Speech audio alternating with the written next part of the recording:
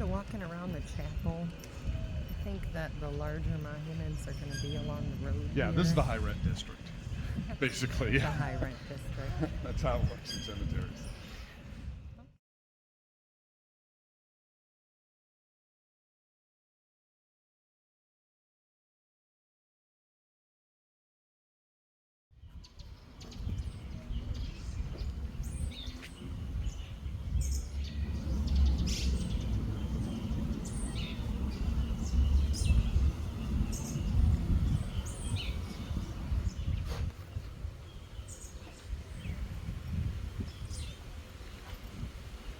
So have you noticed anything about the years? Have you seen anything really old? Or I've seen mostly 1900s, 1920s.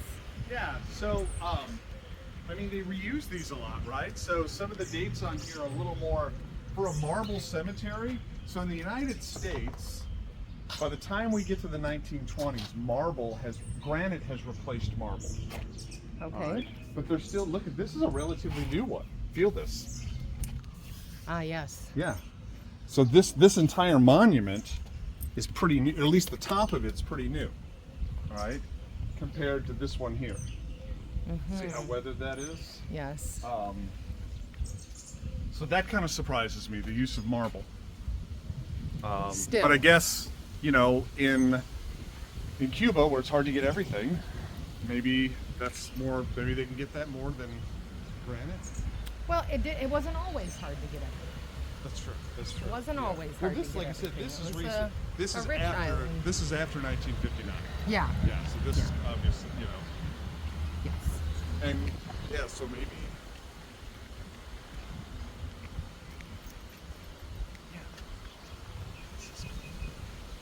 Now, Just this. So you see why they call these necropolis? Cities of the Dead? Yeah. Yes. Yeah, that one's even from 1954. It looks like this little one here. Yeah. Yeah. So, So yeah, in the United States by 1954, you know, we're making things like that out of granite. Something small, something, you know, or it's flush against the ground. there's another obelisk Yep. with a bird on it back there, Yep. of course. Yep.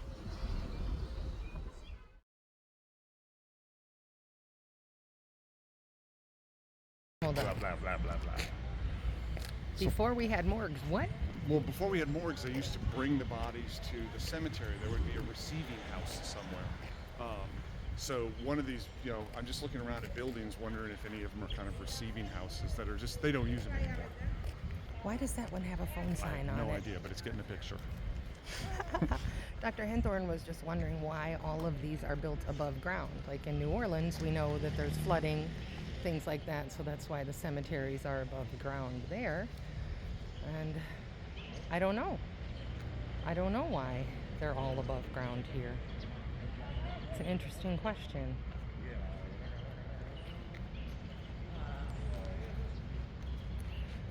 I'm interested in this one with the stairs. I assume it's for people to be able to reach some of the higher crypts, but Yeah, that's just a columbarium, a giant columbarium. okay, what's that? Tell us. A columbarium is just something that holds people's remains or cremains. Granite. We don't see a lot of that here. This is the only granite I've seen so far. Now this thing here says in memoriam.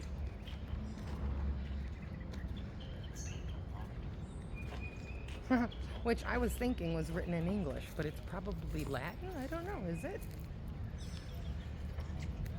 And I'm gonna zoom in and get a picture.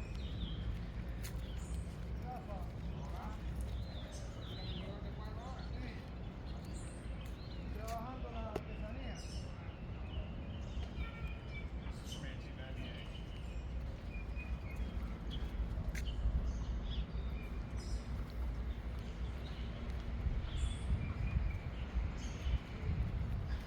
I think I'm gonna have a sunburn. No, I'm not the sharpest. What, knife in the drawer, tool in the shed, brightest bulb in the pack. When I'm on a trip like this, My brain doesn't function at the highest level. The elevator doesn't go to the top floor. I'm not playing with a full deck. That's why I left my passport at the phone office. Left my passport at the phone office. The guy ran out. He said, hey. I didn't pay attention because he said, hey. Then he said, Stephanie. I turned around and he had my passport. And then I left this selfie stick and this phone in a shop in Vinales or something. So yeah, seriously, when I'm on vacation, the elevator doesn't reach the top floor.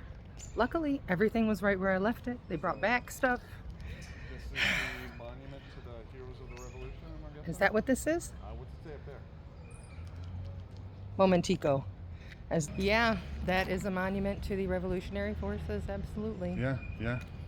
So, look at these big spires here. Okay, Like teach lances us. or something like that. I don't know what they are. You know?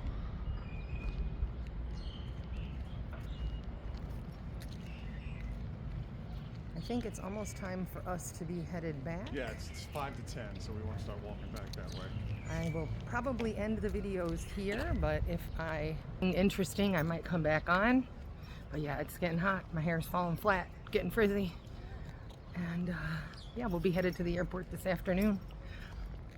Ciao for now.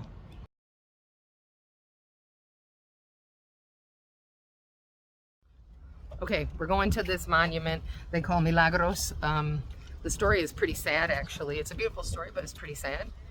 The story is that there was a man he was in love with a woman. People didn't approve, society didn't approve of their relationship. That seemed to happen a lot at the time. But they got married anyway, and they had a child. And he went off to war to fight in the War of Independence. And of course, while he was gone, his wife and son died, and they were buried in this mausoleum here.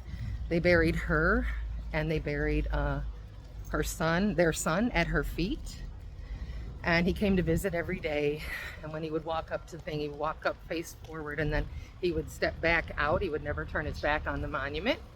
But when they opened up the memorial to bury him when he died, when they opened up the crypt, she was laying there, and her son was on her chest, not at her feet.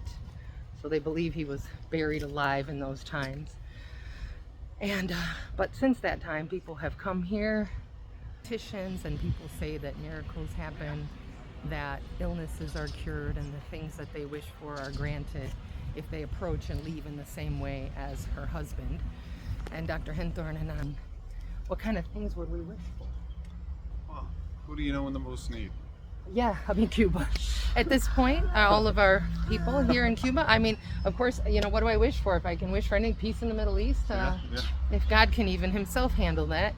Gosh, so much to think about. What could we wish for? But I guess we could start right here locally and wish for a better day for our people here.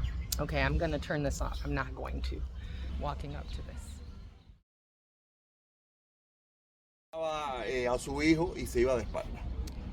Desde entonces todo el mundo, el que no toca la tumba, ¿me entienden? Le deja algunas moneditas, le dejan flores. Mira cuántas cosas las personas le dejan y todo el mundo le pide algo bonito, ¿me entiendes? Sí, entiendo. Gracias. Y le desea mucho. Kind of just what he means. Yeah, this is our guide and chauffeur and friend Esteban, and he's going to take us to our last monument before we leave El Cementerio Colón. I'm going to do my best to translate what he says. Those bilingual folks out there, don't judge me. I'm doing my best.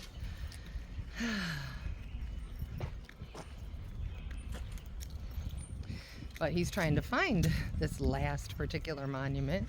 But as Dr. Henthorn said, it is nearly impossible. Oh, there's a street sign here. So, look at this, though. I hadn't seen this before. Okay. Hold on, I'm going to turn around. Yes? Literally Slowing down. Sorry. trees growing out of the top Oh, of that. that looks like home.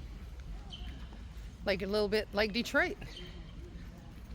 I'm going to lose our guide, but at least I'm getting more footage. of this beautiful cemetery. Oh, he's called in backup. Friends to help him find it. Oh Dios, we have a couple of things that have caved in.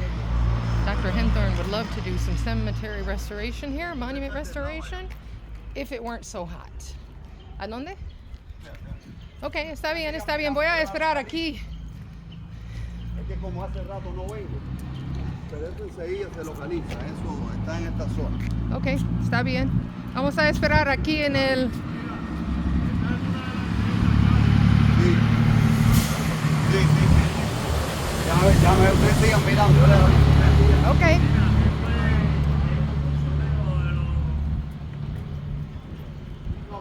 No voy para acá tampoco.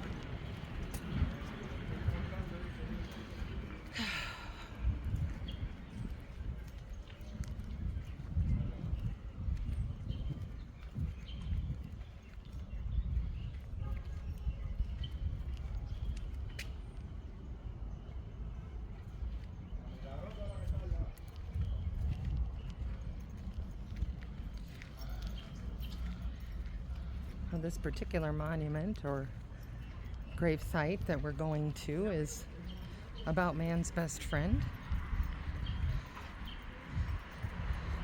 of which Dr. Henthorn is very interested as an avid lover of dogs. We've been driving around Cuba and he's been shouting out every breed of dog that we see, much like my husband, the bird whisperer, does with every bird that we see. Oh, here's another street sign.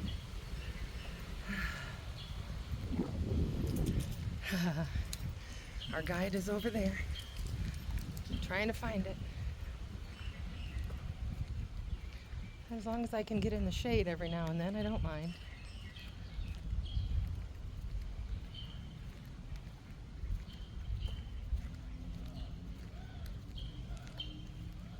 We're walking back toward our car. At least there's that, Dr. Henthorn. Thumbs up. Tell us about urns, Dr. Henthorn. So There's one right there. We don't see a lot of urns here, right? But urns are a traditional mourning symbol in the 19th century, all right? Interestingly enough, it doesn't have any kind of reference to cremation, right? Which is what we normally associated with it.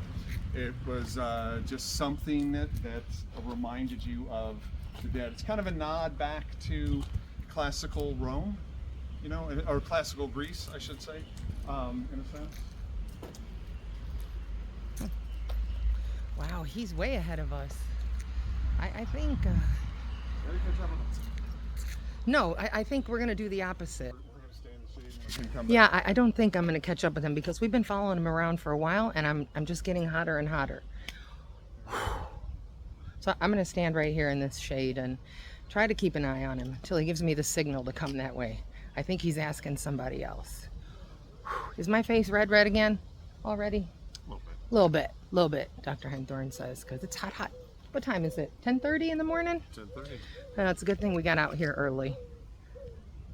You hear that bird? My husband will be saying, that's a such and such. Thistle Bird. thing. Yeah. I think it's some type of, having been married to the bird whisperer for a while, my expert opinion as a bird whisperer follower, he found it is that it is some type of dove. I feel like I've heard this before in America, so perhaps it's a mourning dove. That's my expert opinion. And I'm going to turn this off until we catch up with our guide. One of the things that I love about Dr. Henthorn is that he loves the heat about as much as I do. Actually, more. Sarcasm. Okay, he is always the one to call it. He wants to go back. So then I don't feel quite as pitiful for being the one that's always like, I can't take this no more. Dr. Henthorn is always down to go back and cool off. That's why we're good travel partners. Travel spouses, absolutely. This is it? Oh, how precious. Dime la historia, por favor, otra vez. La historia es muy, podemos buscarla, la historia es muy corta. Era un perro muy amado de su dueña. Ella fallece y él venía todos los días ¿cómo se llama? A ver a su dueña hasta que ya él decide fallecer aquí junto con ella. Entonces mira cómo dice fiel hasta después de la muerte. Rinti. Rinti, se llama Rinti. That's pretty neat. I wasn't expecting it to be here. So this is a story of a man, his dog loved him so much that after he died, the dog came to his grave every day, and eventually he died here, and so he's here. And under the puppy it says, loyal until death, and his name was Rinti. I really didn't expect it to be here. Okay, ya vamos contigo. I did not expect the dog to be here. That's really sweet. Don't you think so, Dr. Henthorn? I love it. It's my favorite one. I'm not surprised. Yeah. All right, let's get out of this heat, shall we? Yes, yes. Away to an air-conditioned room to relax until it's time to go.